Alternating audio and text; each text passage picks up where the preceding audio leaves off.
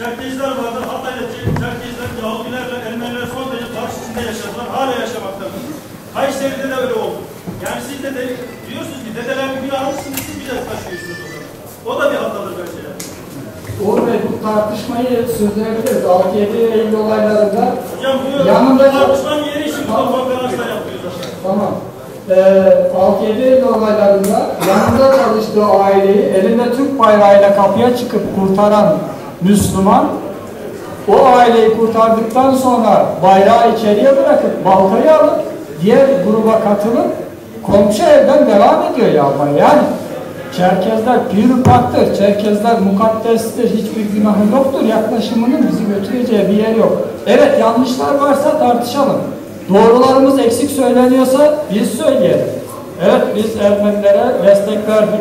Ermenilerin mesela Göksu'nda zeytin dolayısıyla yaşattığı acılar da var. Çerkez aileleri. Şu an orada Mehmet Bey'deki evi müze yapılan insan, Mehmet Bey köyünü kuran insan Ermeniler tarafından öldürülmüş bir insan barış görüşmesine giderken. Bunlar da var. Fakat ortada hiçbir günahımız yok deyip elimizi yuyup Romalı Kudüs komutanı gibi çıkacağımız kadar teşkilat-ı mahsusların dışında biz değil miyiz? Bunu tarihçilerimiz otursun, masaya yatırsın. Bir genç ortadan siz buyurun.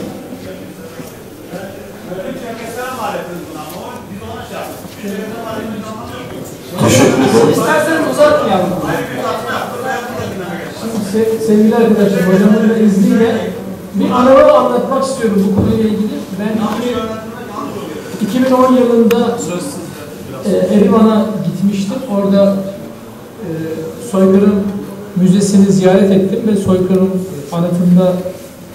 anıtına da çelenk bırakmıştım. Soykırım müzesini gezerken oradaki görevli şöyle söyledi. Bu soykırımı Türkler ve Kürtler gerçekleştirmiş diye söyledi. Yani aslında orada kastedilen o Türk kimliği belki de bir egemen kimlik olarak kendi içinde barındırdığı bütün kimlikleri söyleyebilir ama yani tekil olarak Türkler ve Kürtler demişti. Hani bu belki bizi kurtarmış. Belki Çerkezleri kurtarabilir ama öyle bir şey söyledi yani. Onu anlatmak istiyorum.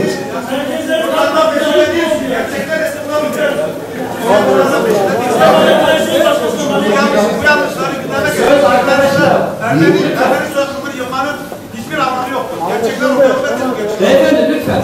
Söz arkadaşımızla. Burada herkes konuşacak. Sen mi konuşacaksın? Söz alanlar konuşuyor. Evet, teşekkür ederim. Öncelikle Baskın Hocam'a alt kimlik, üst kimlikle alakalı net ifadesi için teşekkür ediyorum. Bir önceki oturumda da bu soruyu ben sormuştum ama geçiştirildi. Bundan dolayı kendisine teşekkür ediyorum. Bizi aydınlattı. Burada benim sorum kendisine. Bizler Çerkesler olarak sizin de bahsettiğiniz gibi asimilasyona ve entegrasyona yatkın bir topluluğuz maalesef. Yani bunda bir azınlık olmayışımız, Lozan'da işte sizler de Müslümansınız, bizdensiniz, sizi neden azınlık statüsüne koyalım şeklinde geçiştirildiği de bunun bir neticesi olabilir. Bir önceki oturumda Ayhan Bey de bir şeye vurgu yaptı. Sizden de o aklımda o şey uyandı. Kültürel hareketinizi siyasi harekete dönüştürmeniz lazım şeklinde benim aldığım algı o şekilde. Şimdi bizim dernekçilik hareketlerimiz genelde kültürel hareketler. Biz bunu siyasiye çeviremedik. Benim kafamda şöyle bir tereddüt oluşuyor. Kültürel anlamda bir figür olan, gerçekten timsal bir kişilik olan birisi siyasi bir figür haline geldiğinde acaba toplumdan daha önceki gördüğü desteği alabilecek mi? Bu noktada benim kafamda soru işaretleri var.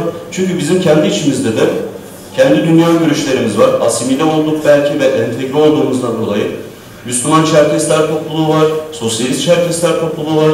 Yani böyle ayrışmışken bu salondaki insanların ortak bir iradeyle bu kültürel hareketi siyasi bir harekete çevirebileceğine inanıyor musunuz bir siyaset bilimci olarak? Veya sizin ifadenizde entegrasyona ve asimilasyona meyilli toplumlarda bu siyasi hareketler ne kadar başarılı olabilir? Teşekkür ederim.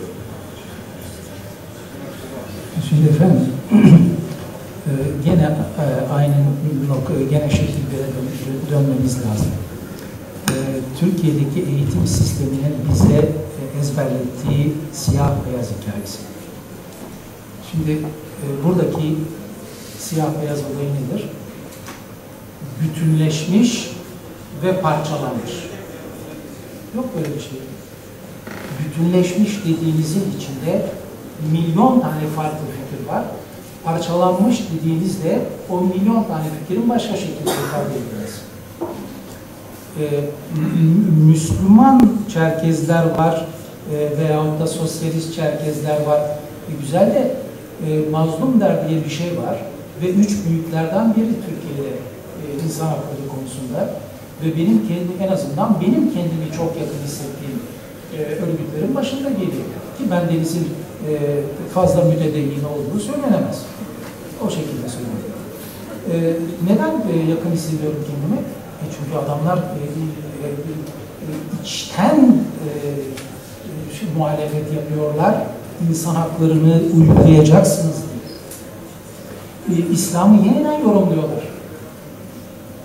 İmam Gazali'yi açtılar. Onu dinledikleri yok. Bakınız burada mazlum dert temsilcisi olan arkadaşımız ne dedi? Ben dedi, Hazreti Muhammed'in Mekke oligarşisine karşı çıktığını görüyorum dedi. Bir İhsan Veli açık çıkıyor. Kurban konusunda çok farklı şeyler söylüyor. İşte bu başladı mıydı Türkiye kurtulmuştur. Buna bazıları parçalanmak der, bazıları da ki ben o bazılarına dahilim, farklılıkların bütünleşmesi. Ancak o güçlüdür. Asimile edilmiş topluluklarda birlik yoktur, teklik vardır ve o teklik birliği engeller. İşte sizi isyan ettirdiği gibi. Siz tabii tabancayı, tüfeği kapıp isyan etmiş değilsiniz ama isyan ediyorsunuz, farkında mısınız? Asimile edilmeye isyan ediyorsunuz. Neden? Çünkü teklik sizi isyan ettiriyor. Halbuki sizin eğitiminize, şuyunuza, buyunuza karışmasalardı, kimliğinizi ifade etmelerine izin verselerdi, sizin asimile değil de entegre olmanıza izin verselerdi bir isyan etmeyecektiniz. Onun için bu parçalanmışlık değil, farklılıkların bütünlüğü.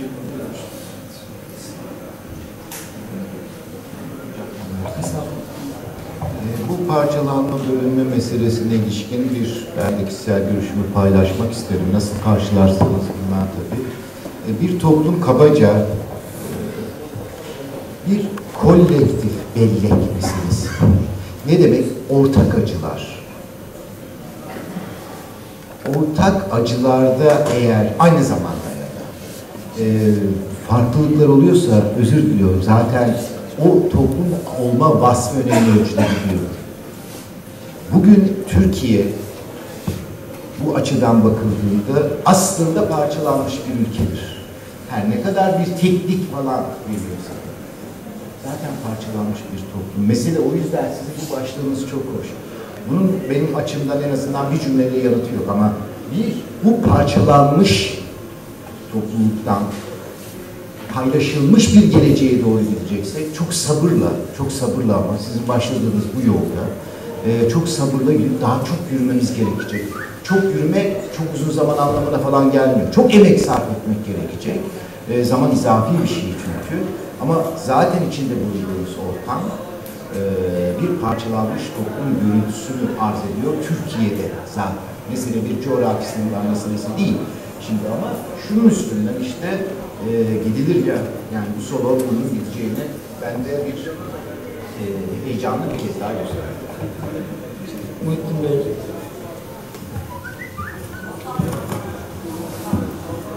Söz almak niyetinde değilim. Bir sorun da yok ama bir anekdot ve bir de insan hakları dayanışma kurulundayken Metin Bey'le, Baskın Bey'le imzaladığımız ve yırtılan o ünlü insan hakları raporu üstüne ortak bir mücadelemiz var. Birbirimize rahat söz söyleyebiliriz. Baskın hocamız ve Hikmet Özdemir hocamız genellikle gerek televizyon programlarında gerekse yazılarında, konuşmalarında Berlin Anlaşması'nın Osmanlı Devleti'ne yüklediği yükümlülüğü hep dile getirirler. Çerkeslere ve Kürtlere karşı Ermenileri koruma maddesi. Nedir bu? Diyelim Petersburg'da Şarkiyat Enstitüsü'nde ve Tarih Fakültesinde gittim yaşlı hocalarla. Berlin Anlaşması'nı en iyi bilen hocalarla görüştüm o tarihte. Onlardan bazı materyaller de var. Bir de ben Uzunyayla'lıyım, Kayseri. Sadece Uzunyayla'da 87 tane Ermeni kökenli çocuğun korunduğunu, bunların bir kısmına da kilise kurulmak suretiyle dinlerini muhafaza ettiklerini biliyorum. Onların peşini rahmetli Hrant'la kovalıyorduk. Beyrut'takiler, Teksas'takiler, Arjantin'dekilerle irtibatımı sağlamak üzereyken kaybettik. O irtibatım sağlanamadı. Onu sağlasaydık çok şey ortaya çıkacaktı. Burada şunu söylüyorum. Berlin Anlaşması'nın uzamasının nedenlerinden bir tane zaten Ermenistan mı önce kurulsun, Kürdistan mı önce kurulsun? Batılılar Kürdistan, Ruslar Ermenistan. Bu aşamada Türkiye'deki Ermeni kitleleri kiliseleri marifetiyle batılı dünyayı, batılı ülkeleri ayağa kaldırıyorlar. Bunlardan bir tanesi İngiltere. Gidin bakın bakalım şu Osmanlı toprağında Ermenilerin söyledikleri doğru mu? Talepleri doğru mu? Gönderiyorlar. Gizli olarak elemanları gönderiyorlar. Talebin doğduğu yörelerde bir araştırma yapıyor, dönüyor ve hükümete bir rapor veriyor. Hükümeti de İstanbul hükümetine diyor ki Ermenilerin taleplerini biz yerinde araştırdık. Çerkeslere yönelik olan şeylerde kesinlikle diyebiliriz iddialar asılsızdır. Sizin Berlin Anlaşmanızdaki murahhasınızı ikaz edin. Osmanlı arşivlerinde var bu. Osmanlı arşivlerinde belge olarak var. Bir başka şey daha var. Ermeniler de Kafkas halkıdır. Bizim kardeş halkımızdır. Onlar için, onları aşağılamak, onlara karşı herhangi bir şey için söylemiyorum ben bunları.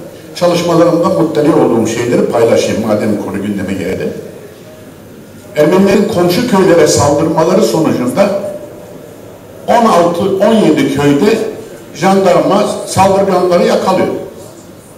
Götürüyor karakola, ifadelerini alırken dillerinden şüpheleniyor.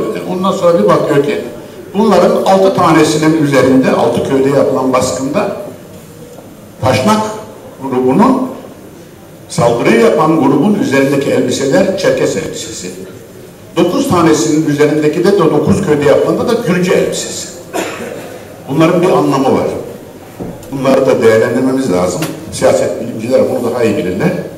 2000 yılında Kafkasya'da, Maykop'ta bir müzik festivali vardı. Oradan Ürdünlü, Suriyeli, İsrailli, Türkiye'li hanımlar aldım Nalçı'ya gidiyorum.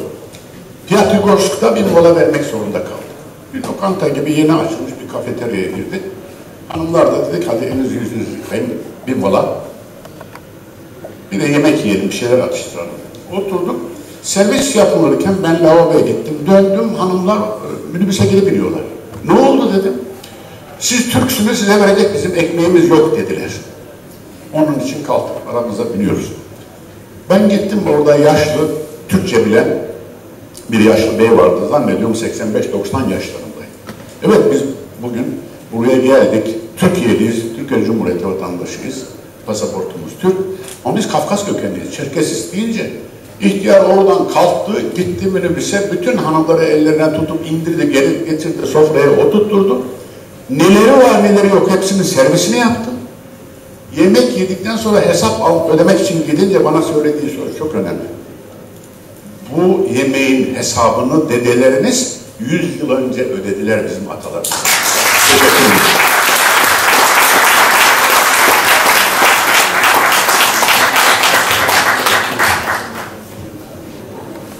Aradan giriyoruz. O yüzden kısa alayım. Atilla abi ve Yalçın Bey.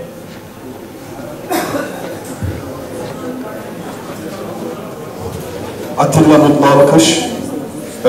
Öncelikle sayın katılımcılara konferansımıza şeref verdiği için teşekkür ediyorum. Baskın hocama arkadaki biraz önce söylenen söze destek şeklinde bir soruyu düzeltmek istiyorum. Şöyle ki, geçmişte bizim okuduğumuz kadarıyla Çerkez Ethem olsun, Çerkez Ahmet olsun, Çerkez milliyetçiliği yaparak, savunarak bir mücadele içerisinde bulunmamışlardır. Bunlar bu ülkenin görevlendirdiği, bu ülke için bir mücadelenin içerisine girmişlerdir. Ta ki başlarından bu olaylar geçtikten sonra her ikisinin Çerkez kimliği ön plana çıkarılmıştır. Yani o güne kadar Çerkezlikle ilgili bir mücadele yapıp da böyle bir olaya mazhar olmamışlardır. Fakat bugün günümüzde Hrant Dink öldürüldü. Hrant Dink'i öldüren şahsiyetin de bir milliyeti var, bir etnik kimliği var ama bu hiçbir şekilde ön plana çıkmıyor. Sanırım arkadaşlar vurgulamak istediği de buydu. Yani bu tür bir şeyde Çerkezler özellikle belli kesimlerin gözünde farklı bir pencereye bürünmek isteniyor. İkinci bir bölümde Çerkezler ne zaman gür bir sesle düğünlerini söyleyerek ortaya çıktılar veya çıkmadılar, henüz çıkıyorlar gibi bir şey konuşuldu.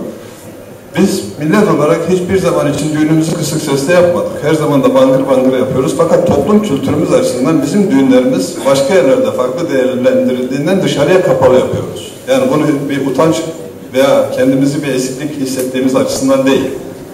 Çok gurur duyuyoruz kendi kültürümüzde, törenlerimizde, düğünlerimizde ama dışarıdan gelen insanlar bunu farklı şekilde algıladıkları için dışarıya kendimizi kapattık.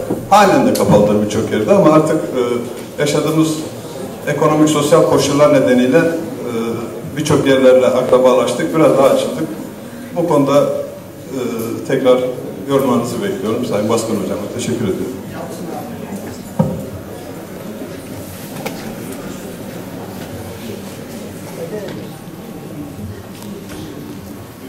Değerli Baskın Hocam ve insan hakları ile ilgili sivil toplum kuruluşları bizim toplumumuz için son derece önemli.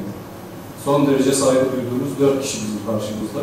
Ve biz bu 4 kişiyi asla kırmak istemiyoruz. Biraz evvel ortaya çıkan Ermeni meselesiyle ilgili tartışma nedeniyle söz almak durumundayım. 2 dakikanızı rica edeceğim, soru sormayacağım.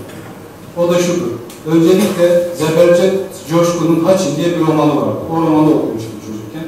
O romanı bir kere daha okudum. Şunu gördüm, Çerkezler soykırımın, Ermeni soykırımı veya sizin deyiminizle Kırım'ın içinde yer aldıklarına dair ciddi hiçbir şey yok. Münferit olaylar var ve aksine hatta bir enstantane var orada.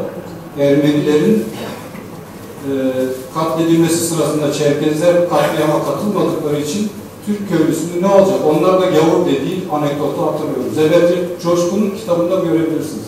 İkincisi ben lisedeyken sarı sayfalar vardı. Büyük PTT'nin telefon rehberleri vardı. Orada Çerkez kelimesine takılmıştım. O kadar çok Çerkezoğlu ve Çerkezyan soyadı vardı ki birkaç kişiyi aradı. Bazıları çok tersledi, bazıları cevap vermedi.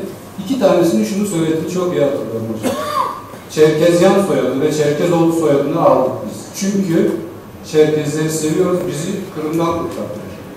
3. anekdot da yine bir akrabamızın düğünü için altın almaya Kapalı Çarşı'ya gittiğimizde Kapalı Çarşı'daki bir kuyumcunun arkasında Şeyh Şamil'in resmini görüyoruz.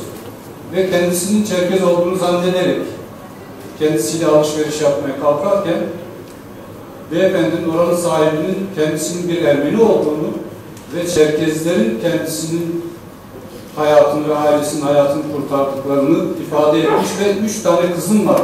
Lütfen bunları derneğe götürün, Çerkez derneklerine götürün demişti. Şimdi şuraya geliyor, kısa kesmek istiyorum. Bizce bu Ermeni kırımı veya soykırımının Kürtlerin ve Çerkezlerin üzerine yıkılması bir proje. Bu projenin yapımcıları da resmi ideolojilerini toplumlarına, halklarına baskılayan Türkiye Cumhuriyeti Devleti ile Rusya Federasyonu'nun antidemokratik devletidir. Bu konuya neden vardı? Arsen Avagyan'ın Çerkezlerin rolüyle ilgili çıkartmış olduğu kitap çok ciddi bir belgedir. Daha sonra başka bir kitabı daha çıktı kendisinin ve ben kendisiyle birkaç defa konuştum, yazıştım. Daha sonra yazışmaktan vazgeçti. Ayrıca Sarkis Çerkezyan amcamız rahmetli. Sarkis Çerkezyan'ı ben eskiden beri tanırım. Arsen Avagyan ve Sarkis Çerkezyan'la Arsen Avagyan'ın o Çerkezler kitabının imza gününde Beyoğlu Kitap Evi'nde buluştuk. Biz de oraya 2 Çerkez arkadaş gittik. Ve ben Sarkis amcaya şu soruyu sordum. Sarkis amca, senin daha önceki kitaplarında senin Çerkezoğlu soyadı aldığını dedelerin, babalarının biliyorum ve neden Çerkezoğlu soyadı aldığınızın hikayesini biliyorum. Orada Çerkezlere minnet duyuyordunuz.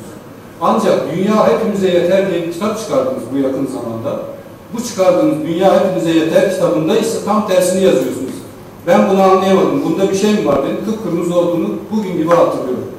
Arsene Bagyana'da bir takım tezler ileri süren kitabındaki o tezler Türkiye'nin hastalıklı, kendini sol zanneden Kemalistlerin tezidir.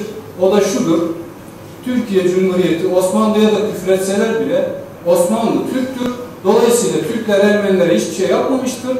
Yapanlar Kürtler ve Çerkezlerdir. Bu tamamen bir proje. Bu proje Rusya'nın nasıl işine geliyor? Biraz uzattım, kusura bakmayın. Bunu açıklamak zorundayım saygımdan size. Arkadaşlarım tepkisi de sizi rahatsız etmiştir ama arkadaşlarımın da bir takım şeyleri var, rahatsızlıkları. O da şu: yani Çarlık Rusyası tarafından kovulan Çerkezler Rusya Federasyonu ve Çarlık rejimi için her zaman tehlike olmuştur.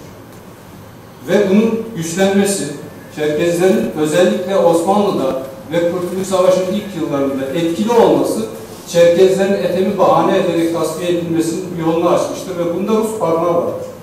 Bununla ilgili belgeler artık elimize yavaş yavaş geçmektedir. Arsen Abagyan'ın kitabında kendisiyle de birkaç defa uzun uzun tartıştık.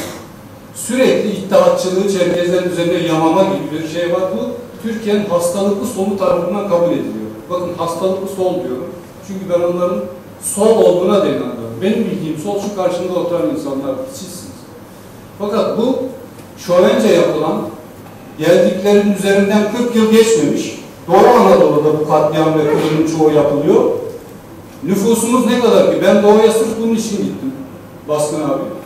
Doğu'da sırf bu iş için gittim. Ne kadar Çerkez varmış, ne kadar Çerkez var diye bakmak için Doğu Anadolu'da. İnanın sadece adları var. Çerkez falan kalmamış. Bu kadar az bir nüfus, bu kadar az bir süre içinde Çerkezleri kırma uğrattığı gibi bir tez bizim için bir projedir ve bizim bu projeyi kabul etmemiz mümkün değil. Biz de dokümanlarımızı toparlayarak bu halkın acısında parmağımız varsa özür dileyeceğiz. Ama bu halk için kucağımızı açmışsak da onların da bize kucağını açmasını bekliyoruz. Bu yalanların bitmesini bekliyoruz. Saygılar sunuyorum.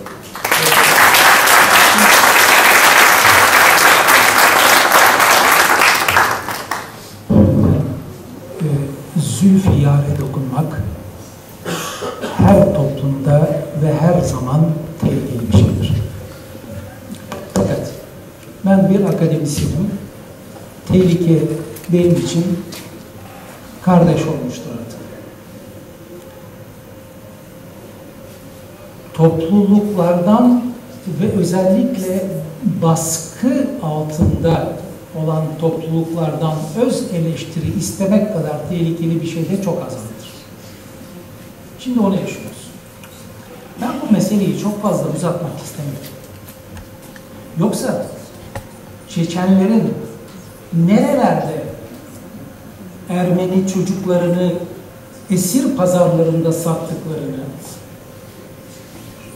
1878 tarihli 2 tane çok taraflı anlaşmanın birinin 16. maddesinde, ötekisinin 61. maddesinde aynen şöyle dendiğini, bütün bunları ben uzun uzun anlatabilirim. Fakat siz dinlemeye hazır ve alışkın ve hazır değilsiniz. Çünkü kamusal alana yeni çıkıyorsunuz. Kamusal alan soğuk bir yerdir, cereyan altında bir yerdir. Hem kendi kimliğinizi savunacaksınız, hem de size gelecek olan bir takım eleştirileri göstereceksiniz. Bu kolay iş değildir.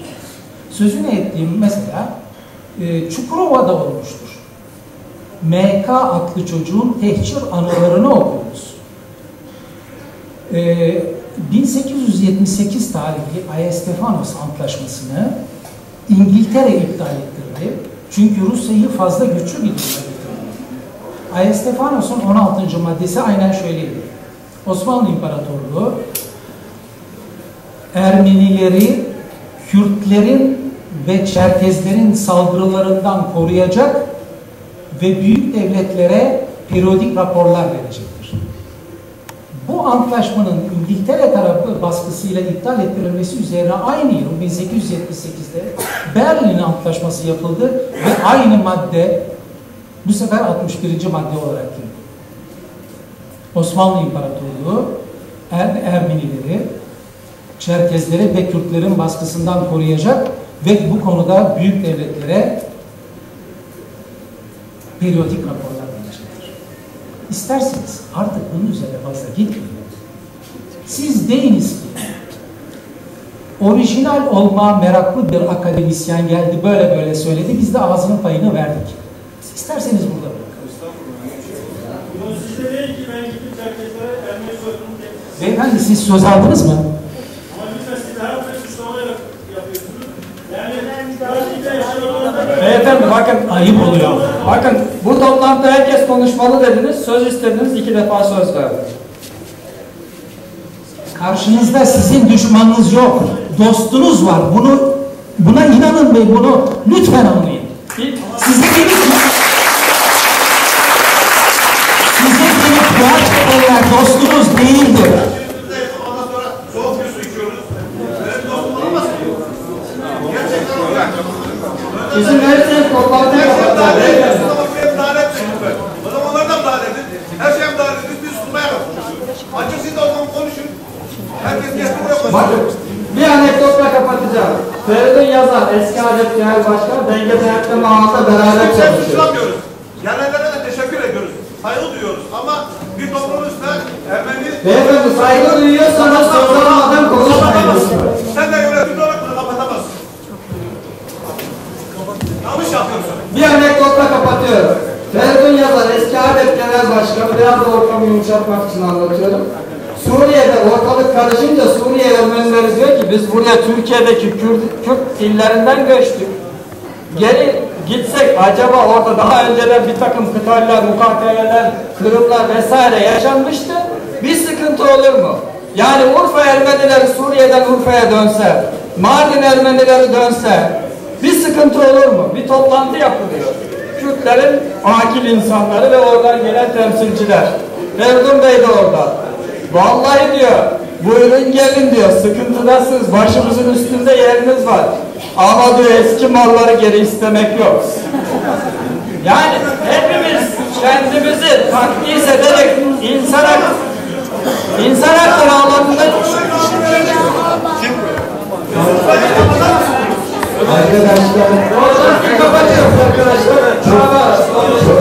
Çok teşekkür ediyoruz bu arada bizi de buraya davet ettiğiniz için.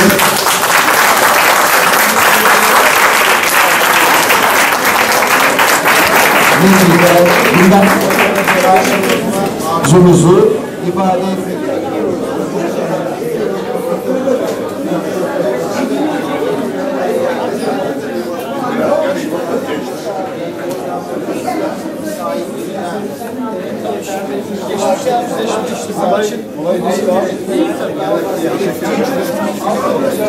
Arkadaş beni iyi dinleseydi. Bize göre aynen öyle söylüyor. Nerede küfürler yapalım.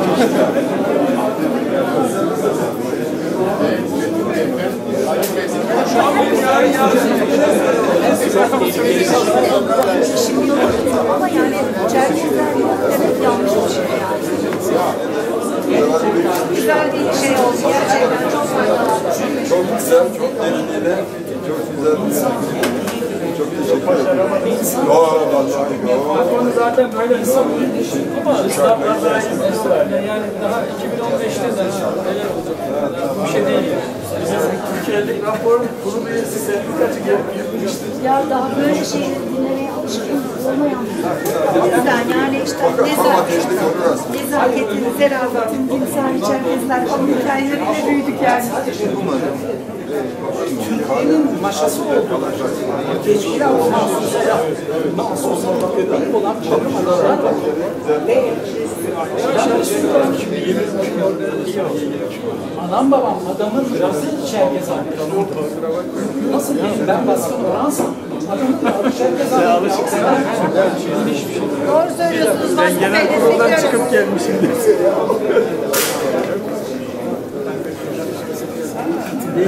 Gerçek